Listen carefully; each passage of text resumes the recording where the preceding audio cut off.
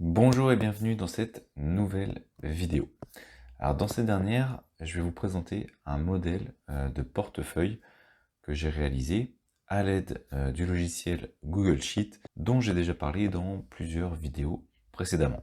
Donc j'ai créé un petit portefeuille un petit peu spécialisé pour le PEA, je l'ai appelé AB Portefeuille PEA. Alors j'essaierai d'en faire un pour le compte titre et voir peut-être pour en faire un qui réunira les deux directement. Donc ce modèle sera accessible directement depuis la description à travers donc mon site, vous allez pouvoir le récupérer et le recopier, tout ça gratuitement, tout ça sans donner votre email bien entendu. Il est en libre accès et vous pouvez bien entendu le partager auprès de vos connaissances si des personnes souhaitent créer leur propre portefeuille pour investir en bourse. Alors avant de commencer cette vidéo, petite note d'information. Cette vidéo est réalisée à titre informatif et éducatif uniquement. Investir en bourse vous expose à des risques, elles ne sont dont la perte partielle ou totale ou des conseils de votre capital. Les portefeuilles vous êtes le seul responsable de vos investissements réalisés par l'auteur de cette vidéo analyser et qui peuvent être partagés sur cette chaîne d'investissement. Alors maintenant, je vais vous présenter comment fonctionne ce portefeuille. Vous allez voir que c'est relativement simple. Il est composé de 4 onglets. La partie activité. Autrement dit, c'est ici qu'on va indiquer à chaque fois qu'on achète une action ou un ETF, par exemple, si vous préférez acheter un ETF, eh bien c'est ici qu'il va falloir renseigner les informations. Ensuite, on a la partie portefeuille. Dans cette partie, c'est ici qu'on va pouvoir voir le niveau de performance de chaque action ou de chaque ETF qu'on possède en portefeuille. Ici, on va donc avoir la répartition au niveau des secteurs dans son portefeuille. Alors encore une fois, j'ai mis un certain nombre de secteurs. Vous pouvez bien entendu modifier les éléments. D'ailleurs, j'avais gardé la ligne totale que je ne souhaitais pas conserver. Hop, je vais la modifier tout de suite. Et enfin, on a les paramètres. Cet onglet sert notamment pour ici les listes déroulantes et on va le voir juste après. Alors bien entendu, si vous détectez des erreurs, si vous avez des idées d'amélioration, indiquez-le moi dans les commentaires pour que je puisse corriger rapidement les différents problèmes et essayer de voir si je peux apporter des améliorations au portefeuille pour le faire évoluer dans le temps, si je peux apporter certains ajouts à ce dernier. Donc comment procéder? Alors on va commencer par la base. Eh bien imaginons qu'on achète une action pour l'intégrer dans son portefeuille. On va partir par exemple sur une action Orange. Donc il va nous falloir un élément très important, c'est le code Google. Pourquoi? Parce que en réalité, ce portefeuille qui est dans Google Sheet fonctionne avec la fonction Google Finance que j'ai déjà présentée. Et cette fonction permet de récupérer les informations boursières quasiment en temps réel. Donc votre portefeuille va fonctionner quasiment en temps réel. Il y a un décalage d'une vingtaine de minutes avec les cours réels. Donc on peut récupérer un certain nombre d'informations et nous allons voir ici comment est-ce qu'on procède puisque vous n'avez pas besoin de vous embêter à récupérer. Tout sera fait automatiquement avec le portefeuille qui est déjà paramétré. La seule chose dont vous avez besoin, c'est le code de l'action. Donc on va indiquer qu'on souhaite ajouter une action Orange, enfin on veut dire qu'on a acheté une action d'Orange. On va copier ici le code au niveau du code Google. On va enlever l'espace entre EPA2.ORA et on va noter ici à la main le nom de l'entreprise. On va indiquer la date, celle à laquelle vous avez donc acheté l'action. On pourrait par exemple indiquer le 10/02/2021, la quantité, combien d'actions vous avez acheté. On va dire qu'on a acheté 10 actions. Le type d'opération, est-ce que c'est un achat, une vente de l'action ou est-ce que ce sont des dividendes? Alors cette liste, si vous avez des idées, des ajouts que vous voulez faire, eh bien, et au niveau des paramètres, il me suffit ici d'ajouter une information pour que ça se fasse. En réalité, j'ai créé une liste déroulante qui est basée sur cette colonne. Donc la colonne C, à partir de C2, et je crois que j'ai dû mettre, je sais même plus combien j'en ai mis, je crois que j'ai dû en mettre 1000 quasiment, donc j'ai la place de mettre pas mal de choses dans la liste déroulante. Pour créer la liste déroulante, c'est relativement simple, on va dans Données, Validation des données, et on indique où est-ce que doit se trouver la liste déroulante. et le critère de la liste déroulante, autrement dit à partir de quelle plage elle est créée. On clique sur ici sélectionner une plage, ça nous demande quelle plage on veut sélectionner, vous allez ici et vous sélectionnez la plage que vous voulez ajouter, vous faites OK et c'est enregistré. Et ensuite, une fois que c'est fait, vous faites glisser ici votre sélection pour l'avoir à l'ensemble des cellules ici de la colonne E. Donc on va faire un achat.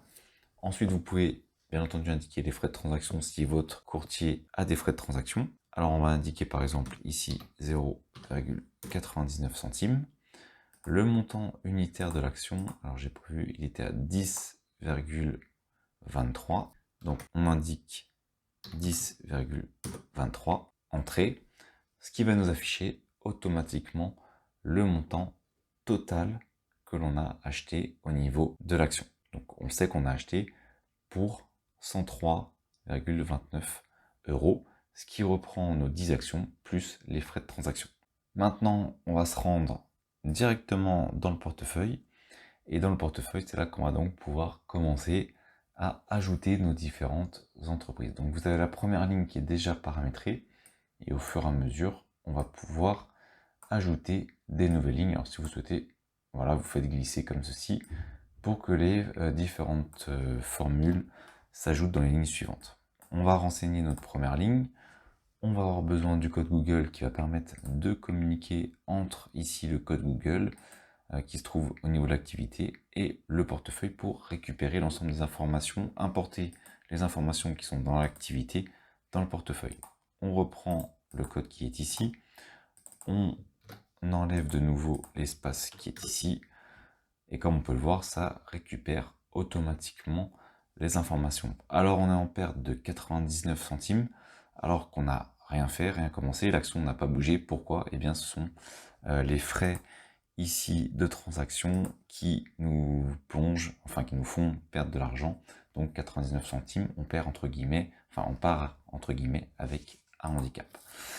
Je vais rajouter le nom de l'action. J'ai le pays, pourquoi? Parce que dans un PEA, on peut avoir des actions qui proviennent de plusieurs pays de l'Union européenne. Donc moi j'aime bien préciser le pays. Ensuite le secteur, pareil, hein, comme tout à l'heure. Pour le type d'opération, on a ici dans les paramètres la liste des secteurs et on peut la modifier comme on veut. Donc vous pouvez en ajouter ici, vous pouvez en supprimer, vous pouvez modifier les noms. J'ai créé une liste rapidement, donc après à vous de voir ce que vous voulez ajouter ou retirer. Donc je vais dire qu'il est dans service, enfin qu'elle est dans service de télécommunication. Donc ça remplit pas la case, hein, j'aurais pu se passer, mais peu importe. Et immédiatement, on va commencer à obtenir nos informations. Donc ce qu'on peut faire, c'est ajouter une seconde activité. Imaginons par exemple que j'ai de nouveau Orange. Hop, on va dire que j'ajoute, on va changer la date en mars. On va dire que j'ai racheté du Orange. Cette fois-ci, on va dire qu'on l'a acheté à 9,50 €. Alors je sais pas s'il est à ce prix là, peu importe, j'ai même pas vérifié. On va dire que j'en ai racheté une dizaine. Normalement, je devrais donc avoir au niveau de mon action une vingtaine d'actions. Et on devrait donc avoir un montant investi qui va représenter ces deux montants plus nos montants de transactions. Et ici, comme on peut le voir, on se retrouve en gain. Pourquoi? Parce que notre action au prix unitaire était à 9,96. Donc il fait le cumul de l'ensemble ici de ce qu'on a acheté, plus les frais de transaction, bien entendu divisé par la quantité. Ça nous donne notre prix unitaire.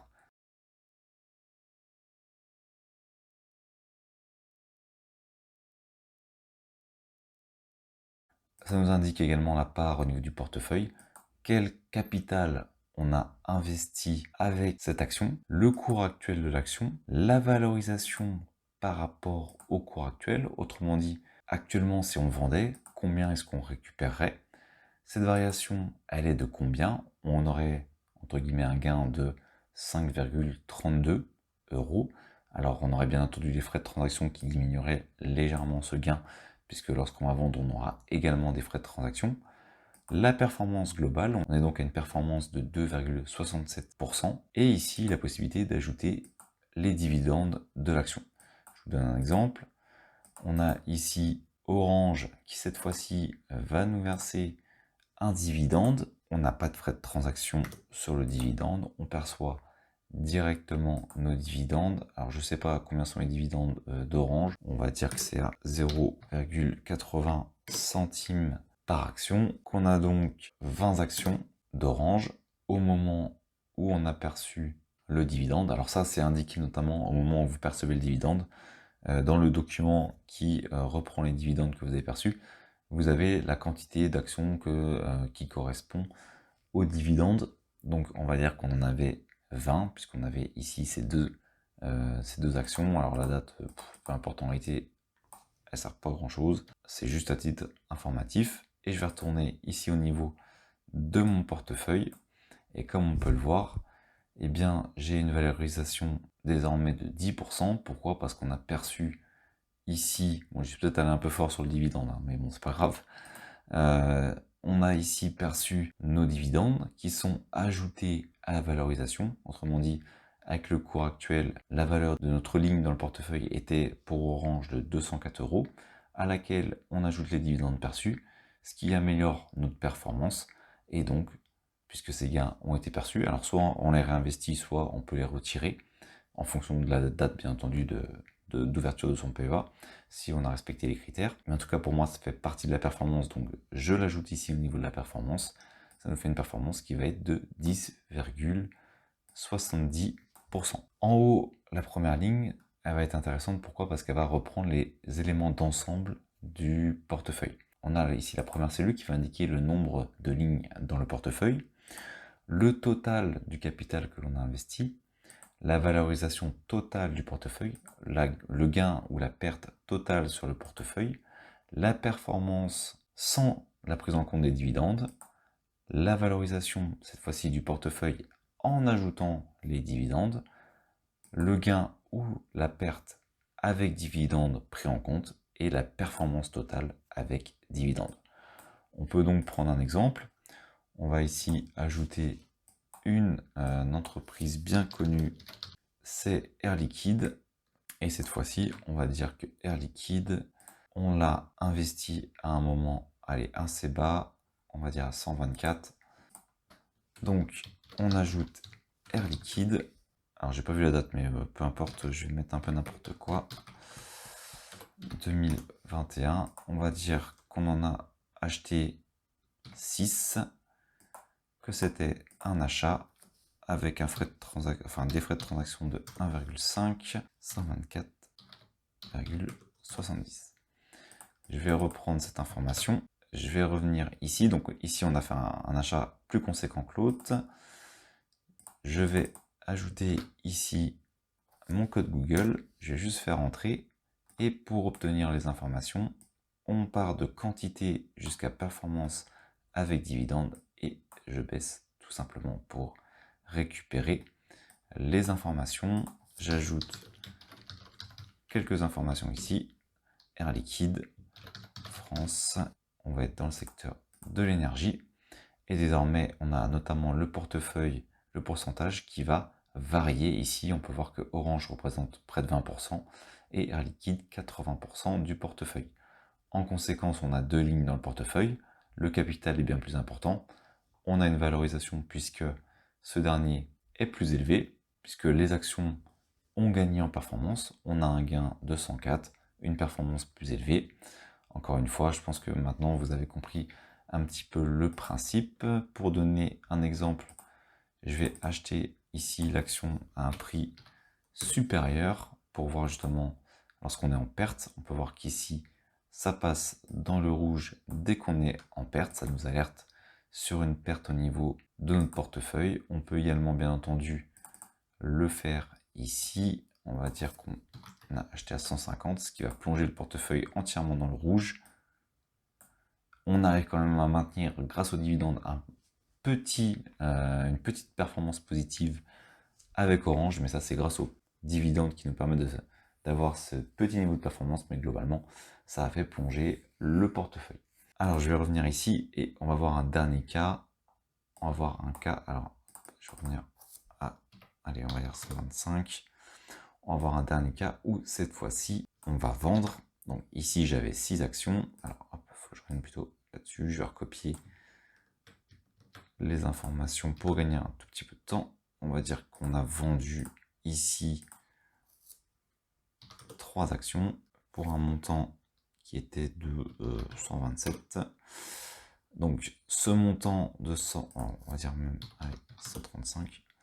Voilà, donc ça c'est le montant qu'on a récupéré et je soustrais les frais de transaction, bien entendu, je les prends en compte directement. Et donc en revenant ici, on va se retrouver désormais avec quelque chose qui va être positif.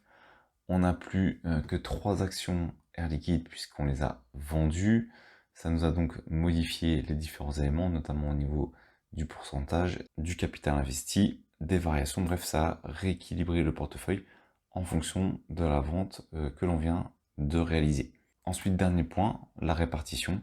En fonction et au fur et à mesure que vous allez remplir donc les différents, votre portefeuille avec des lignes, et bien ici, en fonction du paramètre de secteur que vous allez renseigner, cela va remplir le tableau et ça va vous permettre par secteur de savoir le capital que vous avez investi, la valorisation de ce capital, la part que ce secteur a dans votre portefeuille, la performance de ce secteur, la valorisation plus le dividende et donc la performance avec le dividende et le petit graphique qui vous permet d'avoir une vue rapide sur la répartition sectorielle de votre portefeuille. Voilà pour la présentation de la première version de ce modèle. Bien entendu, comme je l'ai déjà dit, si vous détectez des erreurs ou des anomalies, surtout dites-le moi dans les commentaires que je puisse apporter des modifications. Et si vous avez des idées d'amélioration, sont les bienvenues et j'essaierai de les faire dans la mesure du possible, sans vraiment trop complexifier le modèle du portefeuille parce que je préfère rester sur quelque chose de relativement simple pour que tout le monde puisse l'utiliser. Voilà, en tout cas, merci d'avoir suivi cette vidéo jusqu'à la fin.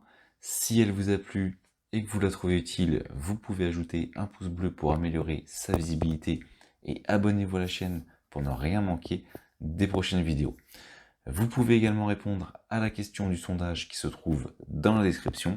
Elle permettra de déterminer les prochains sujets qui vont être évoqués sur la chaîne. Merci et à bientôt.